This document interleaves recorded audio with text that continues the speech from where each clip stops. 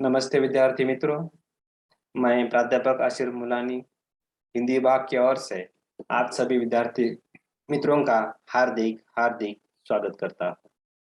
हिंदी भाषा शिक्षण के अंतर्गत आज हम विराम चिन्ह का विस्तृत अध्ययन करने वाले हैं।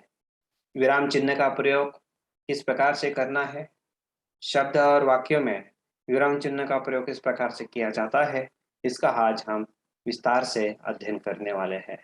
विराम चिन्ह के प्रयोग की वजह से वाक्य अशुद्ध होता है, तो किस प्रकार से प्रयोग करने पर वाक्य शुद्ध होता है, इसका भी आज हम अध्ययन करने वाले हैं। विराम चिन्ह किस प्रकार से होते हैं, यह आपको यहाँ सामने स्क्रीन पर दिखाई देता होगा। विराम चिन्ह जो है वह और उनके चिन्ह, उन चिन्हों को हमें देखना है और उनका जो प्रयोग है वो किस प्रकार से होता है उसे हम देखेंगे। यह है अल्प विराम, यह है अर्ध विराम, यह है पूर्ण विराम, प्रश्न चिन्ह, विस्मयादि बोधक चिन्ह, निदेशक, कोष्टक और अवतरण चिन्ह। अवतरण चिन्ह दो प्रकार के होते हैं। एक होता है एक अवतरण चिन्ह और दोहरा अवतरण चिन्ह। तो इन विराम चिन्ह का जो प्रयोग है वो प्रयोग हमें करना है। या और यह व्याकरणिक दृष्टि से इनका प्रयोग हमें काफी हमारे वाक्य की दृष्टि से, व्याकरणिक दृष्टि से, लिखावट की दृष्टि से काफी महत्वपूर्ण है। तो आज हम इनका विस्तार से अध्ययन करेंगे। अल्प विराम, अल्प विराम का जो प्रयोग है वो किस प्रकार से किया जाता है उसका भी आज हम अध्ययन करेंगे। जब एक ही शब्द दो दो शब्दों के बीच में न हो तो ये अल्प विराम का प्रयोग करते हैं। लेकिन एक जैसे शब्द होते हैं लेकिन एक तो नहीं है, एक जैसे शब्द होते हैं लेकिन एक नहीं होते, थोड़ा सा परिवर्तन होता है लेकिन एक दूसरे से मिले जुले होता है। वाक्य देखेंगे कि वहां पीले हरे खेत दिखाई देते हैं, हरा भरा और पीले, पीले यानी फसल भरा खेत है। तो हरा और पीला, यहाँ पे जो अल्प विराम है, यह अल्प विराम एक प्रकार से क्या दर्शाता है, यह अल्प विराम एक प्रकार से आपको यहाँ कुछ पीले है, खेत जो है वो हरा भी है, वो दर्शाने वाला यह चिन्ह है। वैसे यहाँ वे नदी नाले पार करते चले, वे नदी नाले पार करते चले, नदी और नाले, और इसलिए नदी नाले, यहाँ उन्होंने नदी के बाद यह अल्पविराम यहाँ है। अगर यहाँ इस प्रकार की डैश देते हैं तो यह गलत है। क्यों गलत है? कि कारण यही है कि यहाँ अल्पविराम है।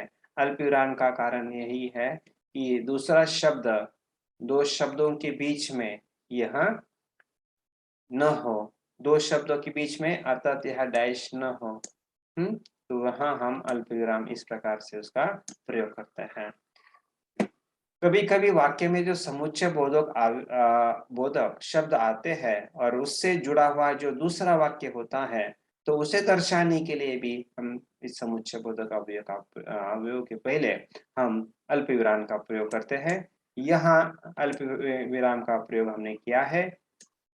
यह पुस्तक उपयोगी अंतव्यय, अतव्यय, अंत एवं उपदय है, अंत अंत एवं उपदय है। तो यहाँ इस प्रकार से हमने इस शब्द का जब प्रयोग किया है तो यह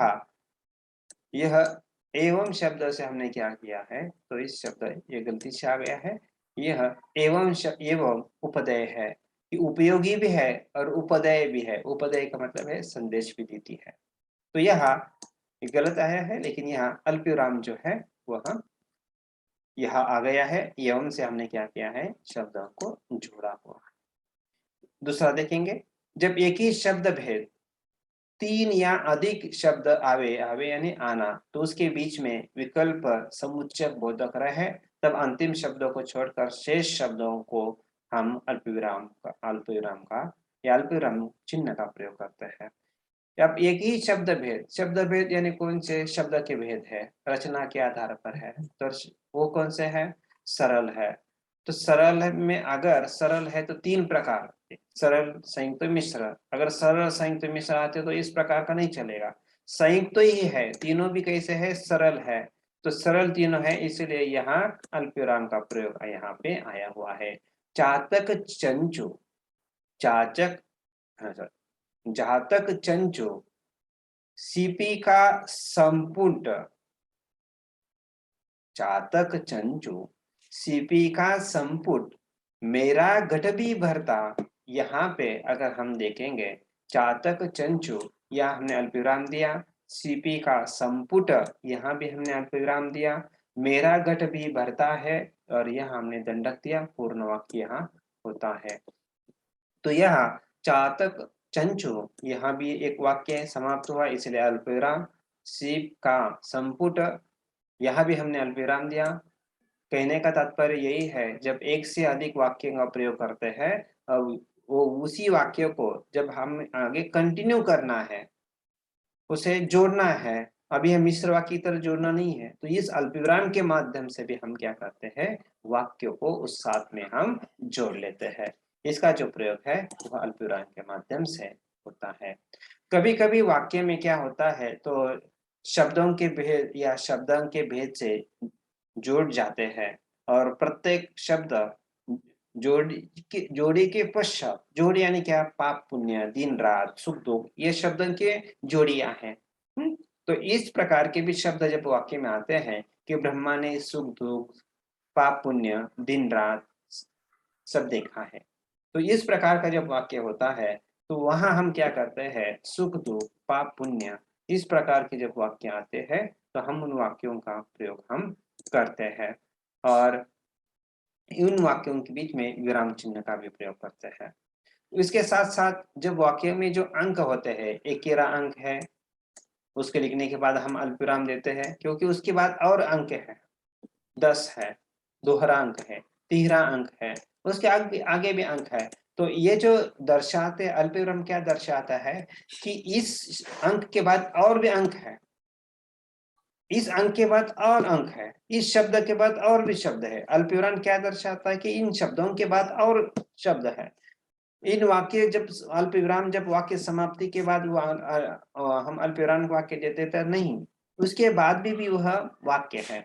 अब जो छोटे छोटे लेकिन सरल वाक्य के बीच में भी देखते ही आता है, पानी बरसा हवा चली गोले गिरे, पानी बरसा हवा चली गोले गिरे, पानी बरसा यानी बारिश हो गई, हवा बहुत आ गई, बारिश की वजह से गोले यानी जो हिम है, बर्फ के जो छोटे छोटे गोले हैं, छोटे छोटे वह गोले गिर गए।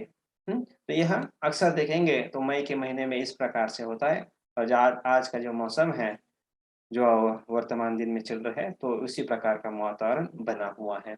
तो यहाँ वह देखिए कि पानी बरसा के बाद में हवा चली और फिर गोले बरसे, इस प्रकार का वाक्य है जो छोटे छोटे वाक्य होते हैं, और इस प्रकार के वाक्यों में भी हम अल्पविराम का प्रयोग करते हैं। कभी कभी उद्देश्य को पूर्ति करने के लिए भी हम क्या करते हैं, वाक्यों के बीच में अल्पविराम का प्रयोग करते हैं, उद्देश्य की पूर्ति करने के लिए। अब ये वाक्य देखेंगे, चारों तरफ चलने वालों सवारों के घोड़ों की बधाई हुई आवाज दूर दूर फैल रही थी। चारों तरफ चलने वाले सवारों के घोड़ों की बधाई हुई आवाज, जो पैरों की जो आवाज है, वो आवाज कहाँ जा रही थी, दूर दूर तक फैली हुई थी। घोड़ों की टापों की आवाज आना एक है, और दूर वो आवाज दूर दूर तक फैल गई थी, यह भी दर्शाती है। तो इस प्रकार के जो अल्पविराम का प्रयोग है, वाक्य का उद्देश्य दर्शाने के लिए, छोटे छोटे सरल वाक्यों को दर्शाने के लिए, शब्दों को दर्शाने के लिए, शब्दों की जोड़ियों को दर्शाने के लिए, संख्या दर्शाने के लिए, वाक्यों को दर्शाने के लिए हम अल्पविराम का जो प्रयोग है वो प्रयोग हम करते रहते हैं। अब हम दूसरा देखेंगे कि इसके अंतर्गत है अर्धविराम। अर्धविराम का प्रयोग इस प्रकार से किया जाता है, अर्धविराम जब संयुक्त वाक्य में प्रधान उपवाक्य में परस्पर संबंध नहीं रहता, तब वे अर्थ विराम अलग किए जाते हैं। अब क्या होता है कि प्रधान वाक्य में, जब संयुक्त वाक्य के प्रधान वाक्यों में परस्पर विशेष संबंध नहीं रहता, तब वे अर्थ विराम चिन्ह द्वारा, अर्थ विराम चिन्ह द्वारा उसे अलग किए जाते हैं। जैसा यहाँ पे बड़ा सा वाक्य है, नंदगांव का पहाड़ कटवाकर उन्होंने विरक्त साधुओं को शुद्ध किया था, हाँ? पर लोगों की प्रार्थना पार सरकार ने इस घटना को सीमाबद्ध कर दिया था कि नंदगांव का पहाड़ कटवाने के बाद विरक्त साधुओं को शुद्ध किया, और शुद्ध यानी क्षमा किया। पर यहाँ यहाँ देखिए कि यहाँ हमने अर्ध विराम दिया है, और नियम क्या कहता है कि परस्पर संबंध नहीं है। जब वाक्य का पहले वाक्य के साथ में मुख्य वाक्यों के या अन्य वाक्यों के साथ कोई संबंध नहीं होता, लेकिन उसे हम किसी समुच्चय बोधक अवयवों के द्वारा जोड़ते हैं, यह पर द्वारा हमने जोड़ा है, और पर द्वारा जोड़ने की वजह से दूसरा वाक्य भी जो स्वतंत्र है पर की वजह से वह हमने उसे संयुक्त वाक्य में जोड़ा। जब ऐसे वाक्य आते हैं तो पहले वाक्य का संबंध दूसरे वाक्य से नहीं है, अतः पहला वाक्य मुख्य वाक्य है, उस पर आधारित दूसरा वाक्य आश्रित नहीं है। यह दर्शाने के लिए यहाँ इस प्रकार का जो संबंध है वो संबंध को हम दर्शाते हैं, तो इस प्रकार का भी अर्थ विराम होता है। तो पहले वाक्य का संबंध दूसरे वाक्य से संबंध नहीं है, ऐसा संबंध विशेष संबंध नहीं है, दर्शाने के लिए भी अर्थ विराम का प्रयोग करते हैं। यह उदाहरण मैंने दिया कि पर लोगों की प्रार्थना पार सरकार ने लोगों की प्रार्थना कर सरकार ने इस घटना को सीमाबद्ध कर दिया, अर्थात इस घटना को बंद कर दिया। ऊपर का अलग है, यहाँ अलग है, लेकिन इनके कारण इन्होंने यहाँ हमने जोड़ा तो पर और था के बाद यह अल्पविराम या अर्धविराम यहाँ आ जाता है। दूसरा नियम देखेंगे, उन उन उन पूरे वाक्यों के बीच में जो विकल्प से अंतिम समुच्चय को जोड़ा जाता है तो वहां भी इसका प्रयोग किया जाता है कि जहां कभी कभी वाक्य पूरा होने के बाद विकल्प या पर्याय रहता है। विकल्प का मतलब है पर्याय, पर्याय होता है, और जहां पर्याय होता है और वहां अगर समुच्चय बोधक है तो उसके पूर्व जोड़ा जाता है। यह देखिए कि पर्याय कैसे है, सूर्यास्त हुआ, आकाश लाल हुआ, विकल्प है, इसलिए हमने यह अर्ध विराम दिया। जो वाक्यों के बीच में विकल्प आते हैं तो वह समुच्चक बोधक द्वारा अवयव होते हैं उसमें, यह समुच्चक बोधक है, यह समुच्चक बोधक है, तो उन समुच्चय बोधक अवयवों को द्वारा हम जोड़ते हैं, लेकिन उसमें विकल्प है। सूर्यास्त हुआ, आकाश लाल हुआ या चिन्नाया, बराहा पोखरों से उठाकर घूमने लगे, बराहा पोखरों से उठकर घूमने लगे, ये क्या है, बराहा पोखरों से प्राणी है। मोर अपने अपने रहने के झाड़ पर जा बैठे, रात को घूमने वाले, सूर्यास्त होने पर जो रात को घूमने वाले वो घूमने लगे। मोर अपने रहने के झाड़ पर, अर्थात मोर जहाँ जिस पेड़ पर रहता है उस पेड़ पर वह जा पर बैठ गए, या चिन्ह है। पर्याय है, हरिन हरियाली पर सोने लगे, हरिन सूर्यास्त होने पर यह सब विकल्प है। मोर गाते गाते घोंसले की ओर उड़े और जंगल में धीरे धीरे अंधेरा फैलने लगा। कितना बड़ा वाक्य है कि सूर्यास्त होने पर यह हमने पर्याय अर्थात यहाँ अर्धविराम दिया। आकाश लाल हुआ, 12 पखारे उठाकर घूमने लगे, मोर नाच मोर अपने रहने के झाड़ पर जा बैठे, हरिन हरियाली पर सोने लगे, मोर गाते गाते घोंसलों की और उड़े और जंगल में धीरे धीरे अंधेरा फैल गया। इस प्रकार के जो वाक्य होते हैं, तो इस प्रकार के वाक्य में भी आपको यह अर्धविराम देखने को मिलेगा, और अंत में यह जो है वो सरल, जिसे हम कहते हैं कि संयुक्त वाक्य होता है, और संयुक्त वाक्य के पहले अगर विकल्प पर्याय आता है तो वहाँ अर्धविराम का प्रयोग किया जाता है। वैसे ही कभी कभी वाक्यों के बीच में कारक या क्रिया विशेषण का कोई संबंध नहीं दर्शाते हैं, तो भी इन प्रयोग इस प्रकार से संबंध यहाँ अर्ध विराम का प्रयोग होता है कि मुख्य वाक्यों के बाद कारक वाचक क्रिया विशेषण का निकट का संबंध नहीं होता, क्रिया विशेषण का संबंध नहीं होता। हवा के दबाव से साबुन का एक बुलबुला भी नहीं दब सकता, क्योंकि भारी हवा का दबाव भीतर के हवा से कट जाता है। और इस प्रकार के वाक्य में होता है कि इनका कारक मुख्य वाक्यों का संबंध क्रिया विशेषण का संबंध इतना नहीं होता, तब भी वाक्यों के बीच में या हम क्या करते हैं, इस प्रकार का अल्प विराम का प्रयोग करता है। कभी कभी आश्रित वाक्यों के बीच में भी जो मुख्य वाक्य पर यह आश्रित वाक्य आधारित रहते हैं, तब भी ये अल्प विराम का प्रयोग हम करते हैं, जब तक हमारे देश के पढ़े लिखे लोग यह न जानने लगेंगे कि देश में क्या क्या हो रहा है और क्या क्या हो रहा है, शासन में क्या त्रुटियां हैं और किन किन बातों की आवश्यकता है। और यहाँ आप देखेंगे कि इन वाक्यों में देखेंगे तो यहाँ काफी दूर के बाद यह अल्पविराम आया और आवश्यकता सुधार किए जाने के लिए आंदोलन न करने लगेंगे और तन तन तक देश की दशा सुधारना बहुत कठिन। तो यहाँ इस प्रकार के जो अर्थ विराम है, अर्ध विराम यहाँ प्रयोग किए जाएंगे। अब वाक्यों में यहाँ अर्ध विराम है और पहले वाक्य में क्या है, यह अर्ध विराम है। हाँ, ये क्या है, तो यहाँ अर्ध विराम है और पहले और ये है जो है अल्प विराम है। तो वाक्य में अल्प विराम का भी प्रयोग एक साथ में होता है और अर्ध विराम का भी प्रयोग एक साथ में होता है। तो इस प्रकार का प्रयोग यहाँ होता है। अब हम देखने वाले हैं कि पूर्ण विराम का प्रयोग वाक्य में कैसे होता है। तो निश्चित रूप से हम आप जानते हैं कि वाक्य का पूर्ण विराम का जो प्रयोग है किस प्रकार से होता है। जब वाक्य समाप्त होता है तो हम उस पूर्ण विराम का प्रयोग करते हैं। वाक्य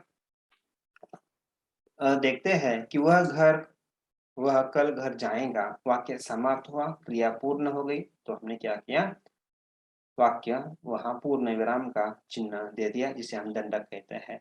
कभी कभी अर्थ की पूर्णता के कारण और परंतु अथवा इसलिए समुच्चय बोधक के पूर्व ही हम क्या करते हैं, इन वाक्यों का प्रयोग करते हैं। जैसा उदाहरण के लिए मैंने यहाँ एक वाक्य आपके सामने रखा है कि कभी कभी वाक्य पूर्ण दर्शाने के लिए हम समुच्चय बोधक जो शब्द होते हैं और परंतु इसलिए पर बल्कि, तो हम उसके पूर्व ही दंडक देते हैं। जैसा मैंने यहाँ दिया है, जैसा कि ऐसा एक भी मनुष्य नहीं जो संसार में कुछ ना कुछ लाभकारी कार्य न कर सकता हो। यह एक वाक्य पूर्ण हुआ, दंडक दिया। और ऐसा भी कोई मनुष्य नहीं जिसके लिए संसार में एक ना एक उचित स्थान हो। तो कभी कभी हम दो वाक्यों को जोड़ने के समय ऐसा भी होता है कि वाक्य पूर्ण करने के लिए समुच्चय बोधक अव्यय के पूर्व हम क्या करते हैं, दंडक का भी प्रयोग करते हैं। तो वह वाक्य पूर्ण करने के लिए ऐसे भी कभी वाक्यों का जो प्रयोग है वो प्रयोग हम करते रहते हैं। इसी प्रकार से जब हम देखते हैं तो वह है प्रश्नवाचक वाक्य या प्रश्नवाचक चिन्ह। प्रश्नवाचक चिन्ह का प्रयोग हम वाक्य के अंत में प्रश्न लगाकर करते हैं। इसलिए वाक्य की शुरुआत में या वाक्य के बीचों में क्या, कब, किस लिए, इस प्रकार के जो शब्द आते हैं जिससे प्रश्न बनता है, ऐसे प्रश्न जहाँ जिससे बनता है तो उसे हम प्रश्नवाचक, जहाँ प्रश्न बनता है और प्रश्न जहाँ बनता है तो वहाँ हम प्रश्नवाचक चिन्ह लगाते हैं, जिससे कारण हमें ये पता चलता है कि यह वाक्य प्रश्नवाचक वाचक वह वाक्य है। जैसा उदाहरण है, क्या वह बैल तुम्हारा ही है, जो बैल है वो तुम्हारा ही है, क्या की वजह से प्रश्न निर्माण हुआ, क्या यह वह बैल तुम्हारा है, प्रश्न चिन्ह या निर्माण हुआ। प्रश्न चिन्ह ऐसे वाक्यों में लगाया जाता है जिनमें प्रश्न आज्ञा के रूप में हो, आज्ञा के रूप में हो, आदेश के रूप में हो ऐसे भी जगह पर प्रश्न चिन्ह लगाया जाता है। उदाहरण देखेंगे, कलकत्ता की राजधानी बताओ, इसमें आज्ञा आदेश है, बताओ। जिस प्रकार हमने प्रश्न पूछते हैं तो उसमें एक प्रकार का आदेश उस प्रश्न में भी होता है। और ऐसे जगह पर आप कहेंगे क्या, बल्कि, कब, किस लिए, इस प्रकार का शब्दों का प्रयोग तो नहीं हुआ। ऐसे भी शब्द होते हैं जिससे हम क्या करते हैं, आदेश के रूप में भी प्रश्नवाचक चिन्ह लगाकर वह प्रश्नवाचक वाक्य बनाते हैं। कभी कभी हम देखते हैं कि जिन वाक्यों में प्रश्नवाचक शब्द का अर्थ संबंध को दर्शाता है, कभी कभी वाक्यों में यह प्रश्नवाचक शब्द क्या करते हैं, वाक्य का संबंध अर्थ से जुड़ा जाता है, अर्थ से उसका संबंध जुड़ जाता है। जैसे आपने क्या कहा, सो मैं नहीं सुना। आपने क्या कहा, सो मैंने नहीं सुना। तो यह सुना के बाद हमें प्रश्न चिन्ह देना होता है जब मैंने दंडक दिया है। तो आपने क्या कहा, सो मैंने सुना नहीं, इस प्रकार के भी शब्दों का जब हम प्रयोग करते हैं तब भी वह जो प्रयोग है वो निश्चित रूप से प्रश्नवाचक वाक्य के अंतर्गत आता है। तो प्रश्नवाचक वाक्य के अंतर्गत आप क्या, कब, कौन सा, किसी, इन्हीं, इस जैसे शब्दों से भी शब्दों का प्रयोग कर प्रश्न पूछ सकते हैं। कभी कभी प्रश्नवाचक वाक्य में आपकी कभी आदेश देकर, आज्ञा देकर भी प्रश्न का उत्तर या प्रश्नवाचक वाक्य बना सकते हैं। कभी कभी आप प्रश्नवाचक शब्दों में भी या शब्दों का संबंध और शब्दों के साथ उसका प्रयोग कर वह अन्य शब्दों से भी वाक्यों का भी संबंध एक दूसरे से जोड़ सकते हैं, जिसका उदाहरण हमने अभी देखा है। तो इस प्रकार से यह प्रश्नवाचक वाक्य होते हैं। अगला जो वाक्य का जो भेद है, चिन्ह का जो चिन्ह है वह है विस्मयादि बोधक। विस्मयादि बोधक ये जो अव्यय है वह हमारे मन को, विकारों को वह अभिव्यक्त करता है, प्रस्तुत करता है। विस्मयादि बोधक चिन्ह यह वाक्य के अंत में उसे हम लगाते हैं, उसे हम वाक्य के अंत में उसे लगाते हैं। कभी कभी वाक्यों के बीच में भी हम शब्दों का प्रयोग करते हैं। जैसे, वाह राम राम, उस लड़के ने दीन पक्षी को मार डाला। दीन का मतलब है गरीब, राम राम यानी बुरा हुआ, राम राम, उस लड़के ने दीन पक्षी को मार डाला। आश्चर्य हुआ, विस्मय बोधक है, राम राम, बुरा लगा। क्योंकि विस्मय बोधक चिन्ह के द्वारा हम क्या करते हैं, तो हमारे हर्ष, दुख, शोक को हम प्रकट करते हैं। तो उसे प्रकट करने के लिए विस्मय बोधिक चिन्ह का हम प्रयोग करते हैं। और यह विस्मय बोधिक जो चिन्ह होते हैं वो विस्मय बोधिक चिन्ह का प्रयोग हम अपने वाक्य में करते हैं। वाह उसने तुम्हें अच्छा धोखा दिया, वाह उसने तो तुम्हें अच्छा धोखा दिया। वाह कितना सुंदर घोड़ा है, वाह कितना सुंदर घोड़ा है, अरे रुको ना, मैं आ रहा हूं, अरे बाप रे। इस प्रकार के जब शब्दों का हम प्रयोग करते हैं तो यह है ये विस्मयावधिक शब्द होते हैं और उसमें इन चिन्हों का हम प्रयोग करते हैं। जो मनोविकार से सूचित या मनो से संबंधित भी आश्चर्यकारी चिन्ह भी लगाते हैं। क्यों रे, क्या तू आंखों से अंधी है? क्यों रे अर्थात क्या रे, क्या तू आंखों से अंधी है, दिखाई नहीं देता? कभी कभी ऐसे भी आश्चर्य जैसे चिन्ह का भी हम प्रयोग करते हैं। और इन चिन्हों का जब हम प्रयोग करते हैं तो निश्चित रूप से वह विस्मय आदि बोधक के अंतर्गत उसे हम रखते हैं। तो यह विस्मय बोधिक वाली चिन्ह जो है वो इसका हम वाक्य में प्रयोग करते रहते हैं। निदेशक जो है, जिसे हम डैश भी कहते हैं, और इसका प्रयोग हमें बार बार हम करते हैं, अल्पविराम देना है या निदेशक के रूप में इसका प्रयोग करना है। क्योंकि इसका प्रयोग करते समय आपको बार बार प्रयोग करना पड़ता है। जैसे समानार्थी शब्द, समानार्थी वाक्य, इन वाक्यों के बीच में इस प्रकार के शब्दों का हमें प्रयोग किया जाता है। समान अर्थ या समान जैसे दिखाई देने वाले शब्द समान वाक्य में दिखाए, तो ये शब्दों का प्रयोग करता है। उदाहरण देखेंगे, दुनिया में नयापन, नूतनत्व ऐसी चीज नहीं है जो गली गली फिरती हो। तो इन वाक्य में दो समान एक जैसे ही शब्द है, यह एक जैसे ही शब्द है जिसके कारण यह नयापन, नूतन तत्व और गली गली फिरता, इस प्रकार के जब शब्दों का हम प्रयोग करते हैं तो इस प्रकार का निदेशक का जिसे डैश हम कहते हैं अंग्रेजी में, तो इस प्रकार का इसका प्रयोग करना पड़ता है। कभी कभी वाक्य में भाव अचानक परिवर्तन होने पर भी, कभी कभी भाव वाक्य में अचानक परिवर्तन होने पर हमें इस प्रकार का निदेशक का भी चिन्ह करना पड़ता है। सबको सांत्वन देना, बिखरी हुई सेना को इकट्ठा करना, और नहीं भूल जाते और क्या, तो और नहीं, यहाँ और वह आ गया कि यहाँ देखिए वाक्य था कि सभी को सांत्वन देना, बिखरी हुई सेना को इकट्ठा करना, और क्या, यानी और कुछ कहना चाहते लेकिन याद नहीं आ रहा है, कुछ भूल गए हैं। तब ऐसी क्रिया में इस प्रकार के चिन्ह का जो प्रयोग है हम निदेशक के रूप में वह करते रहते हैं। और देखेंगे कि किसी विषय से तत्व संबंधी देखेंगे कि इंग्लैंड के राजनीति तत्वों के दो दल, एक उदार दूसरा अनुदार, कि इंग्लैंड के जो राजनीति तज्ञ हैं उनके दो दल हैं, उसमें का मैंने एक है, तो यहाँ एक अंक न लिखते, एक उदार है और दूसरा अनुदार है। इसी प्रकार से इस वीरान में अब कौन से प्राण बचेंगे, न जान मौत कौन मौत मरेगा, कि इस वीरान भूमि में कैसे प्राण बचेंगे, न जाने कौन किसकी मृत्यु आएगी। तो इस प्रकार से यह निदेशक होता है। और निदेशक क्या करता है, तो यहाँ दो शब्द होते हैं तो दो शब्दों के बीच में लगाते हैं।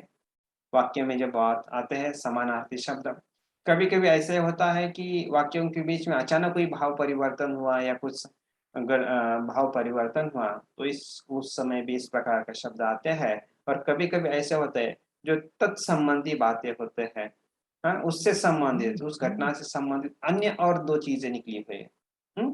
जैसे इस वीरान में अब कैसे प्राण बचेंगे, वीरान यानी वीरान भूमि है, खाना पीना वहां कुछ नहीं है, तो कैसी जान बचेंगी, न जान कौन मौत मरेगा। अभी न जाने कौन, न जाने कौन मौत मरेगा, न जाने कौन कौन मरेगा, हमें पता नहीं है। तो ऐसे भी निदेशक के रूप में यह बातें जो है वह आती रहती है, तो यह वाक्यों के बीच में वह आता रहता है। ऐसा ही जब देखते हैं तो वह है अवतरण चिन्ह।